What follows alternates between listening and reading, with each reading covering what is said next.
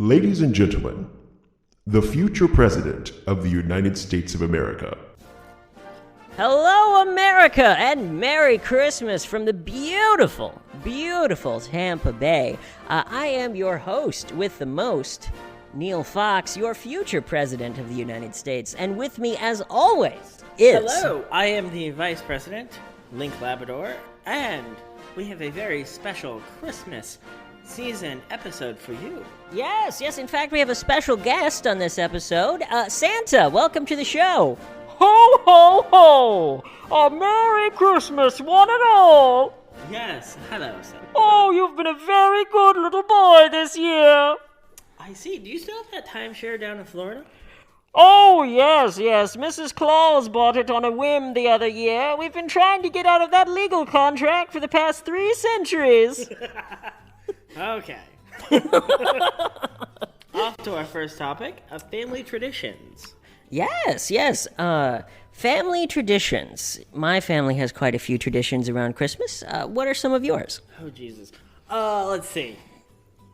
So, a little bit of background about me is I was adopted. Mm-hmm. So, my family Christmas was big growing up. Like, Christmas again. 1 year we did 4 Christmas events in 3 days, 4 days. That was a lot.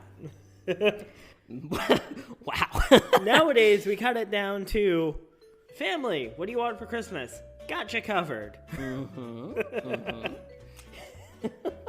Now let's hear a little bit about your family.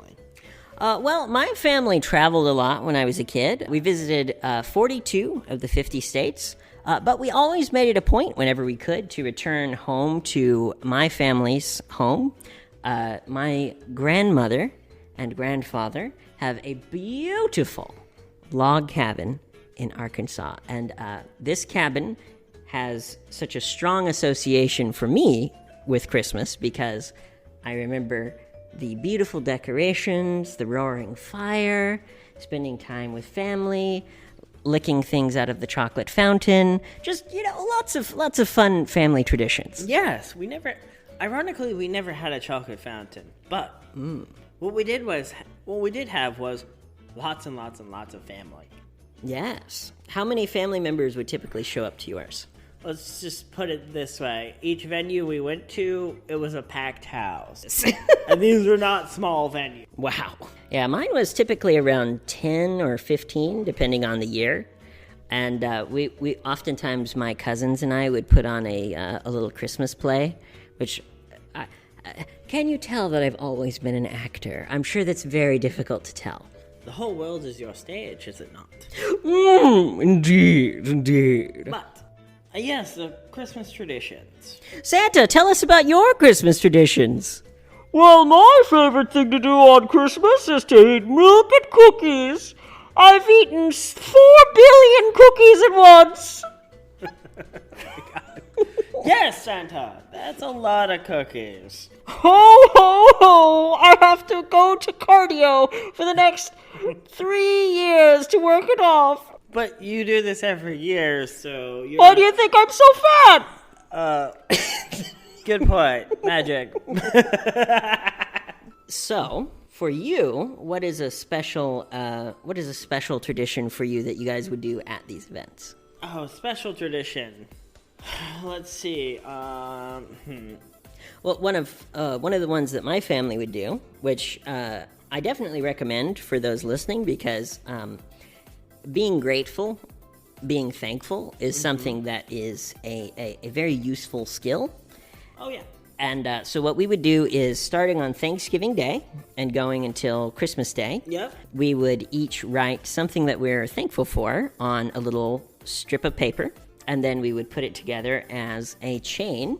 Aha! And as the days progressed, the chain would get longer and longer. And then on Christmas, we had this lovely decoration of a paper chain. And we also had so many things that we were thankful for. So we would then take the chain down on New Year's Day and read what we were thankful for that year. Our family, we mostly got together and we were thankful to have each other in the same room. Right. Because our families, we all have our own lives. We're all busy doing our own things. Now, I have a question. Yeah? I know that for you, animals are very important. Yes. Now, were you ever given any animals on Christmas? No, but what we did was we had stockings for everyone in the household, including the dogs. So we would make sure that each of the dogs had stockings with stuff in them, puppy toys, and we had made sure that they had presents underneath the tree as well. That's awesome. Well, I'm sure that they had a very fun time ripping them open and spreading the pieces of wrapping paper all over the house. Well, we would open them for the dogs. Okay. Fair enough. We would open them for the dogs, and then they would have stuffing everywhere around the house. It was like it was snowing inside. It was great. It was like it was snowing. That's awesome. When it wasn't snowing on Christmas itself, those were quite interesting and wonderful days of the year. Well, considering that your family is from Maine, I'm sure you had many more white Christmases than I did. Some years we'd have white Christmas, some years we would have green Christmas. Green Christmas. Lots of money? No. I'm just joking. No. We would have very little snow on Christmas, and then it'd snow 2 days later. Oh, of course. Have you ever had an ice storm on Christmas or, like, close to Christmas? Probably, yeah. Because when I was very little, I don't remember which year it was. It was like 1996 or something, so I would have been very, very small. Uh-huh. We had a ice storm. We were living in Virginia at the time, and it knocked out power for like a week. That same ice storm, the entire country went through.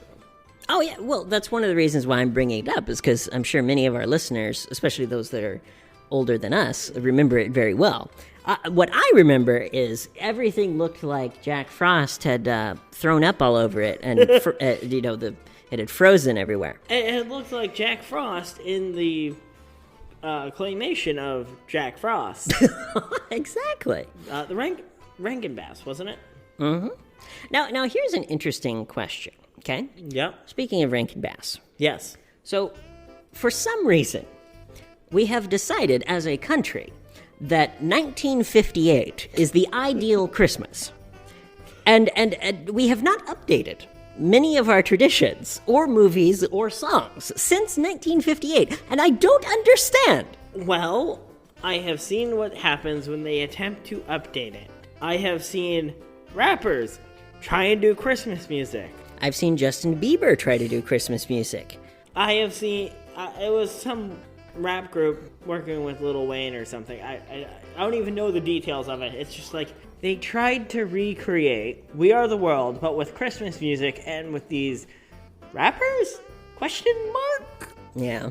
So I see why the 1950s ideal Christmas, because that is pure American ideals for the time. Mm-hmm. We want to go back to those ideals, and it's a remnant of a past that we don't want to lose, I guess.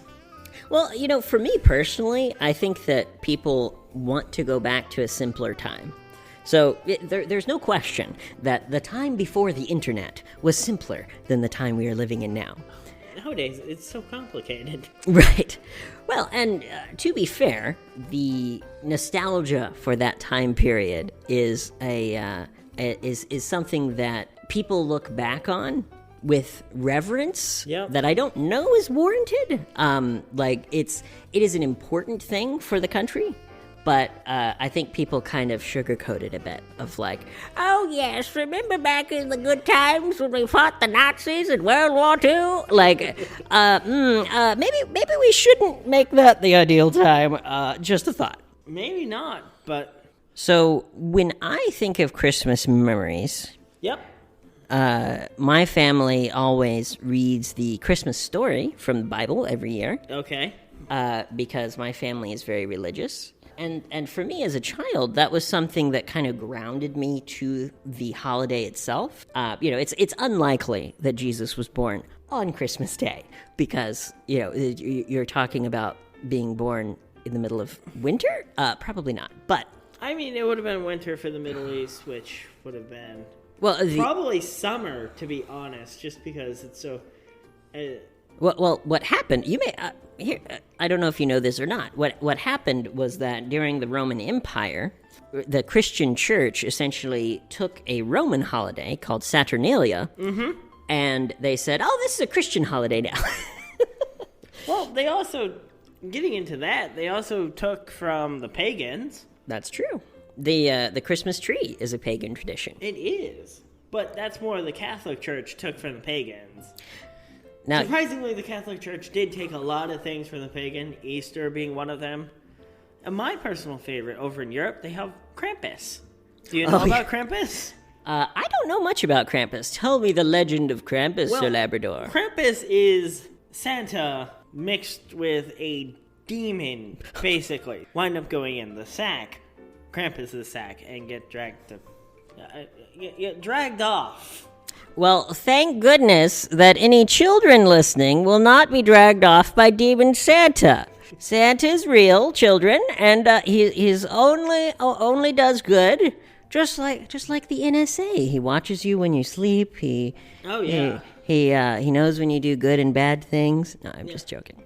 Now, there's a few other really crazy traditions in the Scandinavian countries. There's this one country that builds a replica Wicker Man-style goat every year. And you know what the townspeople make it a point to try and either steal it or burn it down every single year. If you lived in that town, I guarantee you would make it your life's mission to be the person who stole the goat that year. And I've heard, again, this is going back to some other news reporters, some other internet reporters. I've covered this a long time ago. Apparently, last I knew, someone took a helicopter, hooked it up, and then flew off with it. Okay, wow. This is not a small goat, by the way. This is like 3 stories tall.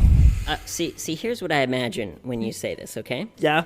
I'm just imagining a child looking out the window, and for whatever reason, they don't see the helicopter. Maybe it's like above the top of their window or something. And they just see a goat flying through the air, and they go, Santa couldn't get reindeer this year? It is a goat?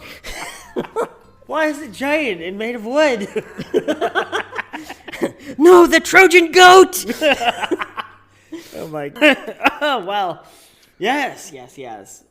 Now, something that is very important to us is helping others, and it's something that we encourage our listeners to get involved in their community. There are so many people in need in our country.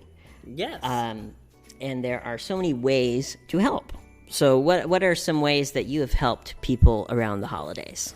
Well, I have done the bell ringing for the Salvation Army. I've done that before. Okay. I volunteered for that. I've volunteered at animal shelters around the holidays. We actually just went to an animal shelter a week or two ago. We did. They were doing a event at the VFW, the Veterans of Foreign Wars building. Yep. And not very many people to adopt animals showed up, unfortunately. But we're gonna help them with their marketing for the next one. We will. It was so cute to see the puppies. Oh, you should have saw the puppies. They were very adorable and very little. Tell us about the little Labrador puppy that you liked so much. Oh, it was a Labrador mix with something, and she was just the absolute sweetest little thing.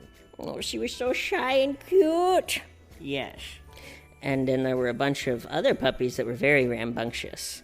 They were biting people's fingers, and it was so cute. Yes, they were biting, but they weren't aggressive bite. It was very adorable. Oh yes, just playful. Absolutely. Other than that, other volunteer work that I've done volunteer work for the local school departments. Oh, you did Habitat for Humanity as well. I've built houses for Habitat for Humanity. Mm-hmm.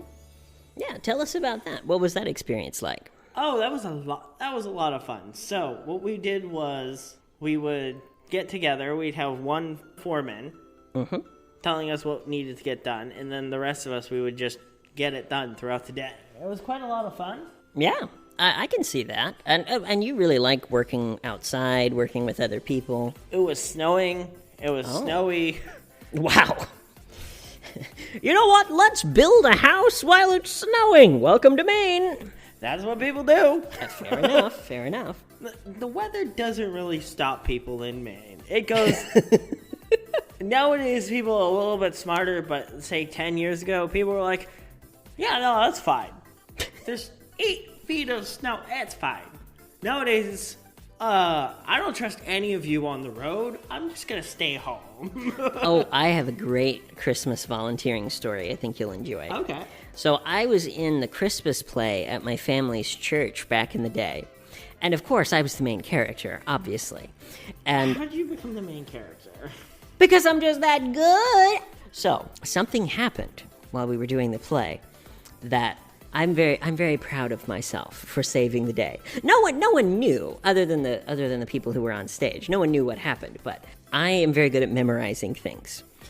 And so I had not only memorized my lines, but I also memorized the lines of everyone else, just because I could. That sounds like something you would do. Uh-huh. Well, I didn't even have to try. It was just we'd practiced it 100 times, so it was only like 10 minutes long, you know. So, Oh, yeah.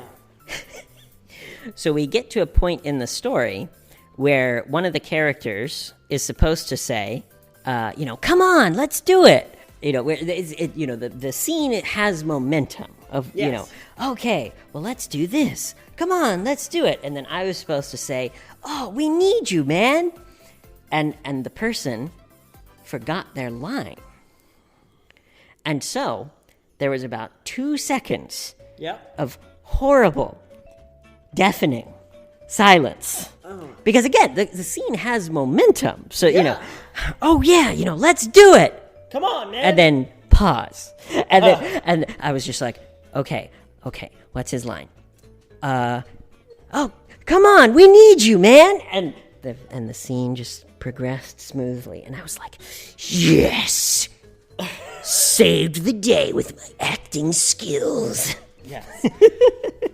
Of course, you are the main character. Of course always I the was. main character. Well, everyone is the main character in their own story. I just happen to be the main character in, plays and radio shows and stuff. Yeah, radio shows. I'm usually behind the scenes. Yes. How does it feel to be on the stage? Fantastic. Here's a question, okay? Let's say next year our show takes off. We bring WWPR the largest audience that they've ever seen. Maybe we should do instead of a recorded event for We can next do it year. Live. We'll do it live. We'll do it live, Bill O'Reilly style. Here's what I'm thinking, okay? Yes. We get a community theater in Yep. Tampa. Yep. I'm sure it'll already be decorated for Christmas, but we can bring some fun, Christmas stuff. We set up our stage. We have our cups of hot cocoa, and we have our crowd of listeners who have supported our show, and we invite them all to a live performance. And we have our Moxie on hand. Oh, This yes. isn't sponsored by Moxie. I really enjoy Moxie. You know that the people in Florida are not going to know what that is, right? Okay, so one of my other favorite family traditions is those that drink Moxie. We'd buy each other a case of Moxie. So it would be myself, my grandfather, and my cousin. We'd all buy each other a case of Moxie, and then we go out on the back porch and have Moxie together. Okay, so just for the listeners' benefit, Moxie is a soda that is Yes. produced In Maine. and primarily sold in Maine. Yes. Well, it sounds to me like drinking sugar syrup is a wonderful family tradition. After all, Coca-Cola has Coca-Cola, not sponsored. Warren Buffett, please call me. Coca-Cola makes Christmas commercials every year to celebrate the Christmas spirit. Ever since the 1950s, they've kept the same Santa and polar bears design. Well, and the Coca-Cola ads, from what I understand, that's the reason why we have this cultural image of Santa from the red costume and the long white beard and stuff like that. Now, getting back to Moxie, it is a soda made in Maine. It's actually the state drink. The state drink? It is. Oh, tell them about the Moxie festival. Moxie Fest. Well, I've been once. Me and some buddies of mine from work, we decided to go to Moxie Fest one year. And I signed up for the Moxie drinking contest. I didn't know that. Tell me about it. Absolutely smoked the guy who was in competition. I was just like, yeah, I've got this. That's awesome. It's like everyone else was like puking and this. I'm like, 10, 12, because they don't last very long. They go, I'm going to drink Moxie. Oh, that was a mistake. I don't want this stuff. I'm like, yeah, I see why the reigning champ managed to stay reigning for so long. So you actually won the contest? Yeah, That's easy. awesome. What did you win? A t-shirt and bragging rights. Absolutely. That's all it was. Well, and just so that the listeners know, because Moxie, if you want to know what it tastes like, just imagine flavorless cough syrup, and they just mix that in with kind of a Coca-Cola flavor, and just put it on your tongue, just roll it around, and then puke. So I understand why they were puking, because it's really disgusting. Well, I disagree with you wholeheartedly, because it is the most amazing soda you will ever drink. Well, we'll just have to ask our listeners who, by the way, listeners, we have an email address for the show. Yep. It is Fox, F-O-X, Labs, L-A-B-S, for Labrador, L-A-B-S, Corp, C-O-R-P, @gmail.com. And listeners, send us your emails and tell us whether or not you think that cough syrup makes for a good soda. Well, in fairness, you have to drink the soda before you can approach me with your opinion on it, because where can you get it is the next question. Novelty stores such as Rocket Fizz. Go check out your again, not sponsored. Go check out your local Rocket Fizz. But we would like to be. In fact, here's what we'll do. We will take this episode, and we will tag Rocket Fizz on Twitter, and we'll say, "Hey, Rocket Fizz, would you like to sponsor the next president?" Yes. Let's see what happens. Let's see if we can add another sponsor to the roster. Right now, we have American Wood Art. Yes, American Wood Art. Well, and that is, after all, we need to do some commercial for them today, so why don't we do that now? Yes. Okay. Well, we're going to go to commercial. Our program is sponsored today by American Wood Art, one of the nation's premier destinations for premium gift products. Yes. Now, of course, it's Christmas Day, so I'm assuming they've probably already bought their gifts for this year, but Or it's sold out. These are excellent for Father's Day, Father's Day. Valentine's Day. Valentine's Day is right around the corner. It's the next major holiday. Mm-hmm. And you know what? For that gun nut in your life, for that person who loves their guns, why don't you get them a pen that looks like a gun? It's beautiful. It's beautiful. It's a wonderful model. I use it daily, and it is definitely one of the nicest ones. The other one that I prefer is the .50 caliber. Oh, yes. Which is a even nicer version of the lever action. Mm-hmm. Yeah. Just, if you've ever seen a .50 cal bullet. Yep. Just imagine that with a little ballpoint pen on the end. It's very striking, to say the least. It's very striking. It's very hefty. Mm-hmm. It writes really well. Perfect for writing your for writing a letter to your boss, letting them know that you're quitting the stupid job. See, here's the thing: let's say you're at the office, okay? Yep. And you start writing with a pen made out of a bullet. Nobody's going to bother you. No. They're going to think you're just holding a .50 cal bullet in your hand. A very colorful one, by the way. Yes, that is our sponsor for this episode, American Wood Art. Check them out online, and we're now going to get back to the show. Yes. And welcome back to the show, my friends from around the world. Did you know that this very station reaches over 2 million people in the Tampa Bay area? Yes, it does. Well, Tampa Bay is lovely this time of year. One thing that I will never get over, the most surreal thing that I have ever seen, and it's near and dear to my heart, is going to Disney World around Christmas time. Seeing palm trees and Christmas lights with fake plastic evergreens next to them. right. It is, coming from New England, it is the most surreal thing, but it's absolutely endearing upon me. Now, one of my most clear memories from when we visited Disney World around Christmas time when I was a little kid Yeah? was, so they were doing like a show, and they're like, oh, if we just believe, we can make it snow. And I'm just, even as a child, I'm kind of cynical. I'm like, okay, sure. And then they're like, yes, snow. And then snow started to fall. And I was like, what? I was too young at the time to be like, oh, special effects, of course. And then the snow started to fall down, and once I was able to get some on my hand, I realized it was soap bubbles, and my tiny, tiny heart was torn asunder with grief. Oh. It was quite the experience. But yes, going down to Florida in Christmas time, surreal. Absolutely surreal. Where are you gonna go right after the election? Disney World! Absolutely, Disney World. Because remember, if you say Disney World on national television, it'll give you a free vacation. Is that true? It's true for the Super Bowl, at least. I don't know if it... I mean, okay. Let's assume, for the sake of argument, okay? Yeah. You're doing the vice presidential debate in 2028. Yeah. Okay? 40 million people watching. Yep. And here's how you're giving your closing argument, right? And you're like, and that's how I'm going to change America for the better.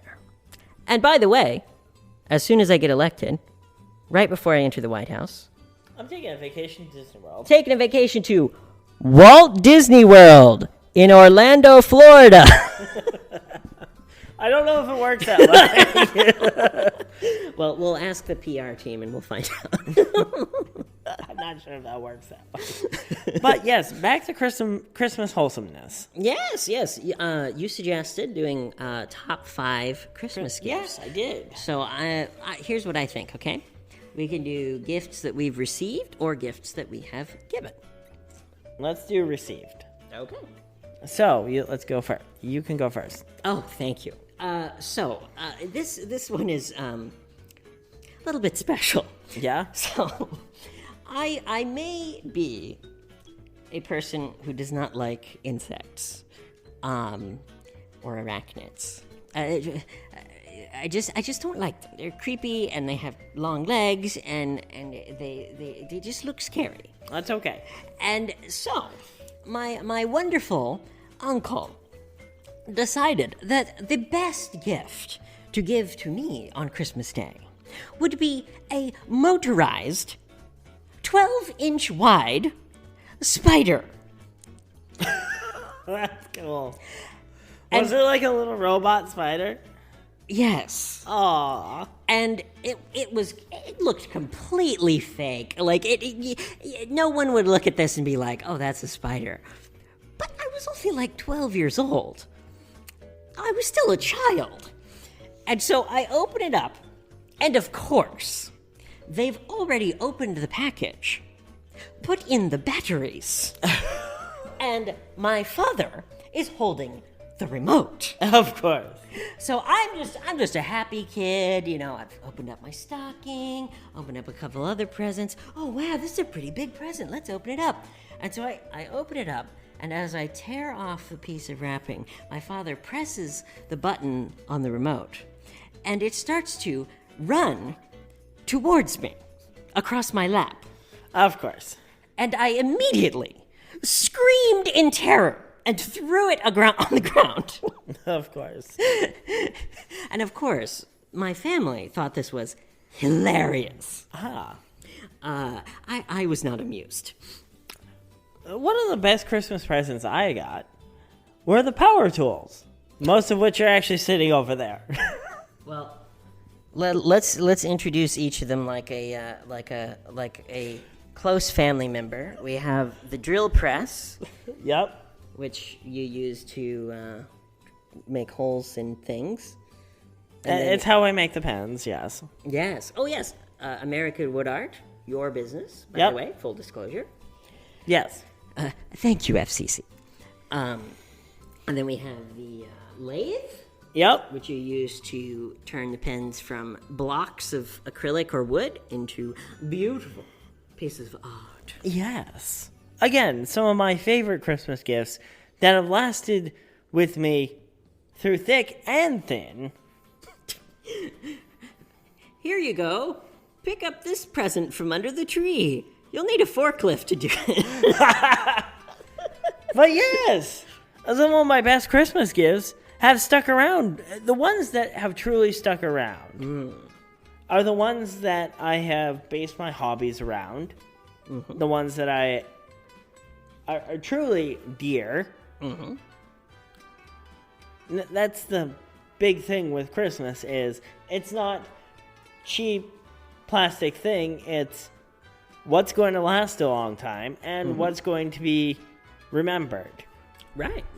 There's always going to be a lot of stuff that's forgotten about, but the stuff that sticks around the longest helps build your character as well. That's the other aspect of Christmas. Sure.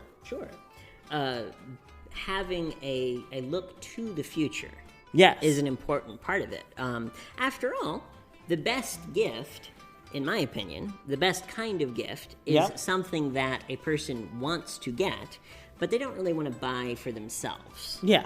So, I probably wouldn't go out and buy, like, I don't know, like a bunch of books, for example. I might not go out and buy books for myself just because it's like, well, it's more fun to get it as a gift. Exactly. Oh, well, this book is... Well, this is one of the reasons why I like to give books as gifts. Because it's like, oh, well, this book is important to me. And so why don't you read it whenever you have time, and then we can talk about it. So you're not just giving the gift of an item, but you're also putting, into the future, an opportunity for interesting conversation. Now, some of the best books I've read, and we're waiting on the sequel to What If Part 2. What If 2. Can't wait. By Randall Munroe, the creator of XKCD Comics. Yes. Not sure why I used the Macho Man Randy Savage voice, but... Again, it's a fantastic book series. It's a fantastic book about asking, what if you had more lasers to aim at the moon? Yes, the very first scenario in the book of what if scenarios, the very first scenario is, if you shot a laser pointer at the moon, what would happen? And he just goes through all these different crazy scenarios of like, oh, well, if you use the most powerful laser in the world, here's what would happen. Nothing. But what if we gave every single person on Earth the most powerful laser in the world? Well, what if we made it even more powerful? It's classic. What if we had more power? Again, the audiobook version does that line so much justice. It is amazing. Narrated by the illustrious Will Wheaton. Yes. Of Star Trek fame. What if we had more power? You're going to hear that line a lot, and this is the only explanation we're ever going to give about this specific line, so... We'll see, and this is great, because if somebody asks us about it, then we can just say, go listen to our Christmas episode. Yeah, exactly. What if we had more power? And they're like, oh, hey, you got a woman on your podcast? No, that's just my voice. I was born with the voice of a cartoon character, according to about 90% of the people that I meet. Like, oh, you should be on cartoons. Like, yes, I'm a voice actor. Thank you. I appreciate it. Telling me what I already do. Thank you. I mean, everyone just assumes you're a woman half the time. I don't have that problem when I talk to people on the phone. Okay, so here, okay. Story time, all right? Yes. So, I had a problem. Even before puberty, it was just completely hopeless because my voice was like this, and so there was no way for people to think that I was anything other than Mickey Mouse. But once my voice got a little bit deeper, where it kind of similar range to what it is now, I was hoping, oh well, maybe now when I talk to people on the phone, they won't say, "Hello, ma'am, how can I help you?" But unfortunately, it did not change. No. what I was even more surprised about was that it didn't change in person. So I started to grow a little goatee, and finally, people started to be like, "Oh, yes, sir. How can I help you?" And I was like, Just grow a full beard. grow a full beard, Just look like Chester A. Arthur or something. yes. I see. And so I was like, okay, I've beaten it. Everyone in person, at least, thinks that I am a male person. Yes. And then COVID happened.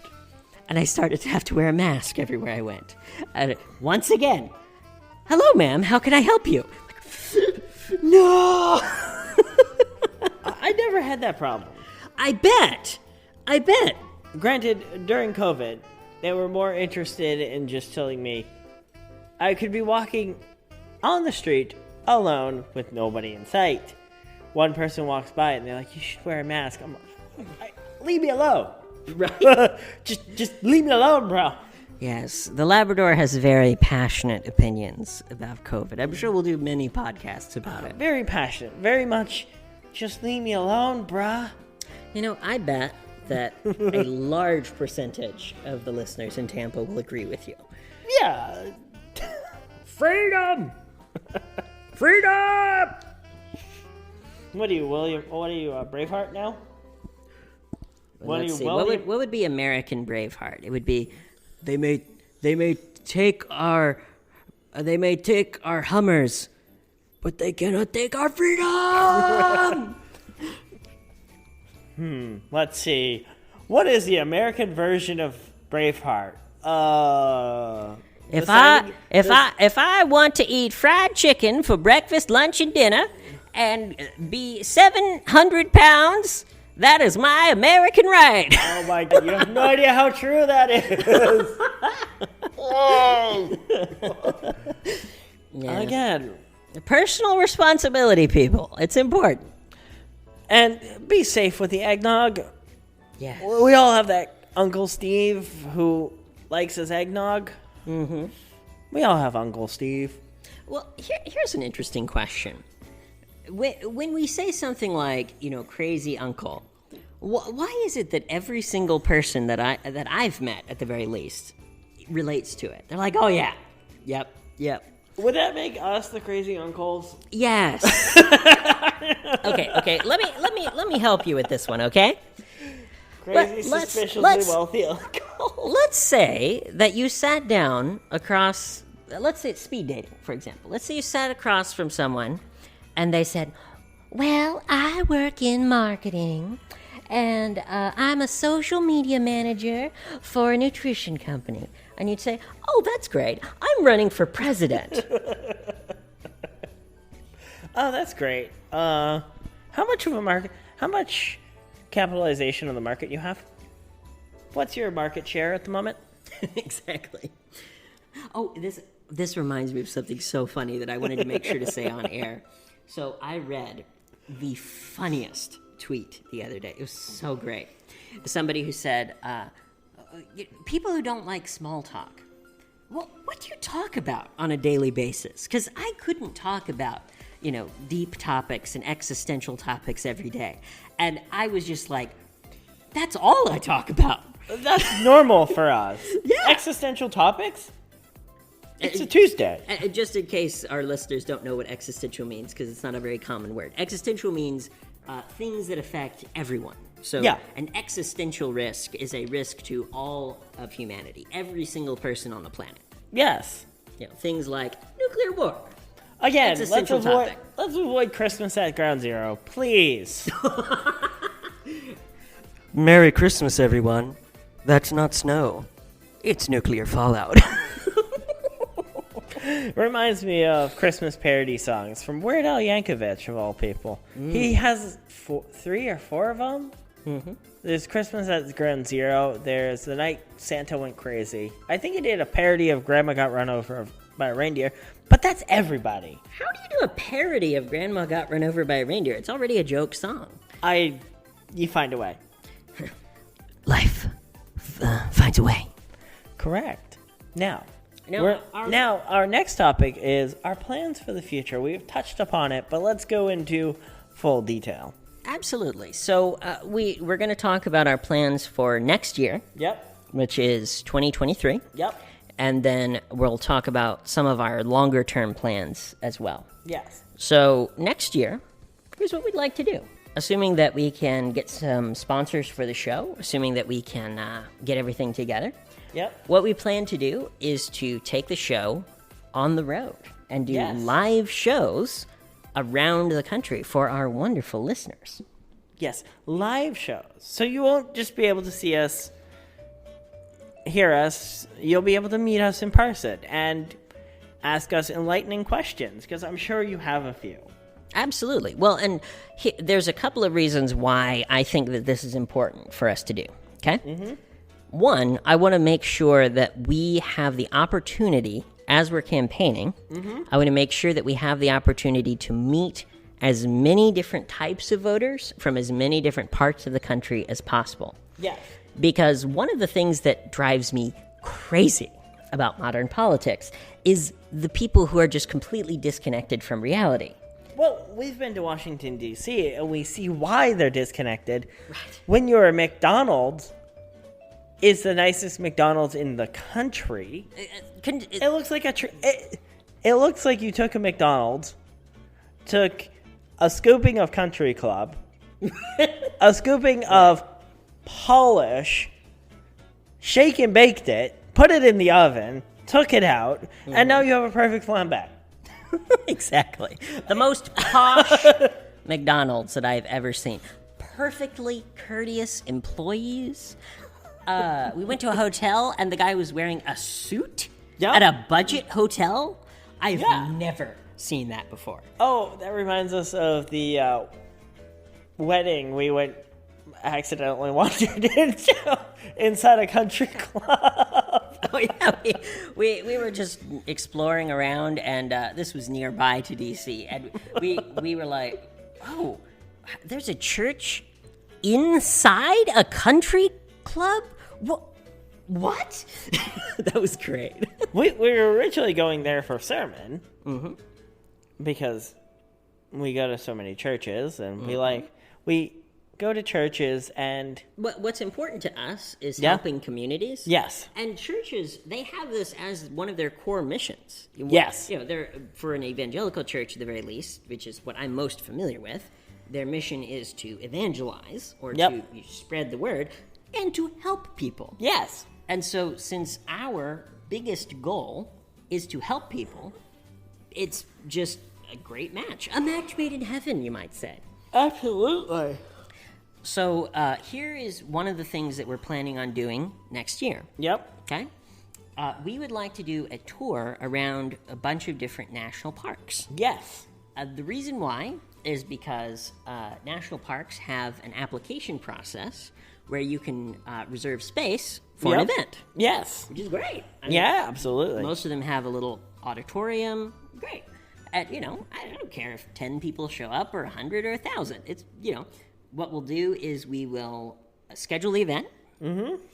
We will get all the permits and insurance and everything that we need. Mm-hmm. And then we will advertise it in the local area.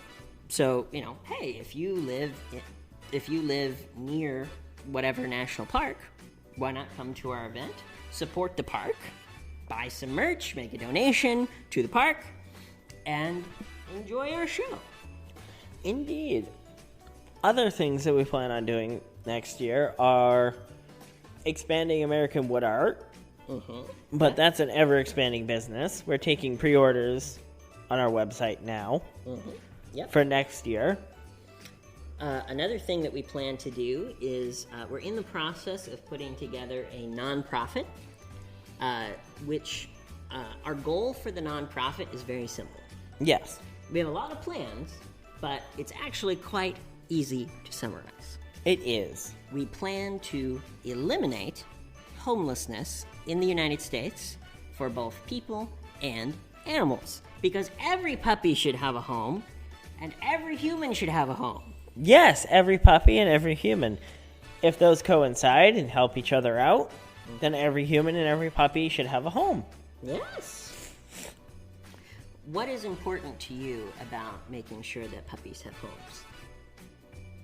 They're puppies. Yes. They deserve to have a good home, a good place to stay, a good family to live with. Yes, and unlike humans, puppies do not have agency to be able to fix these things for themselves. They do not. And so it's up to us, the public, to take care of people and puppies in need. Yes. Another thing that we would like to do is we are going to be preparing for the 2028 election. Yep. Where you will be running for vice president. Yep. I will be running for president.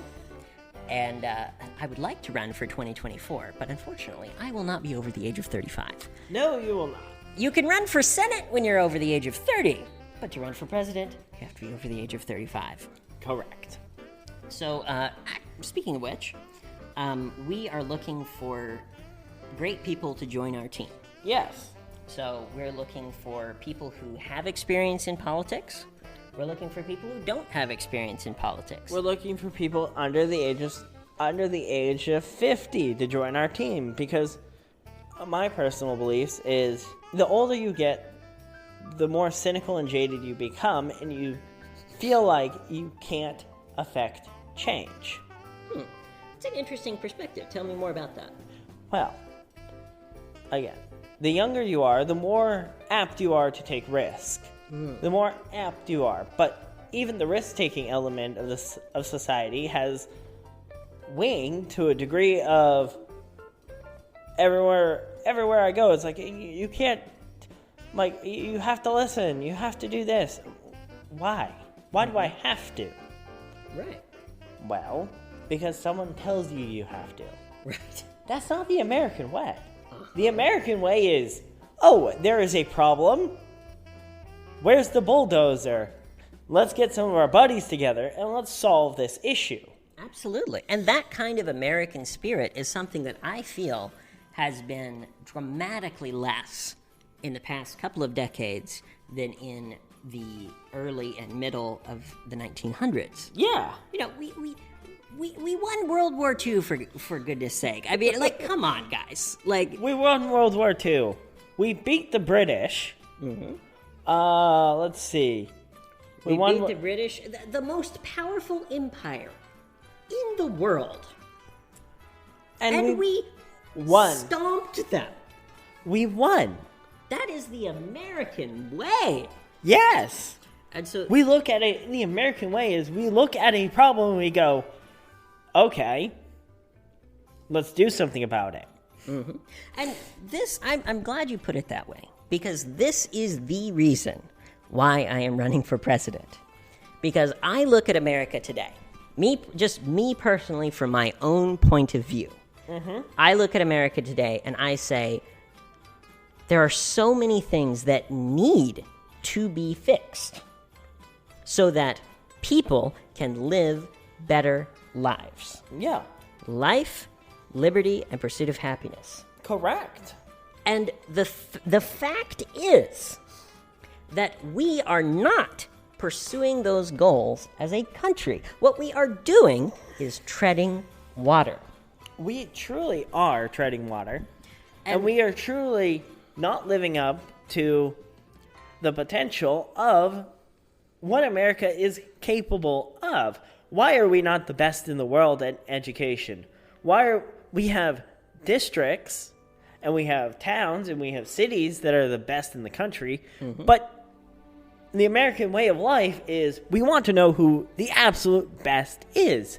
So where is that passion? Where are the people that want to be the absolute best at helping the homeless?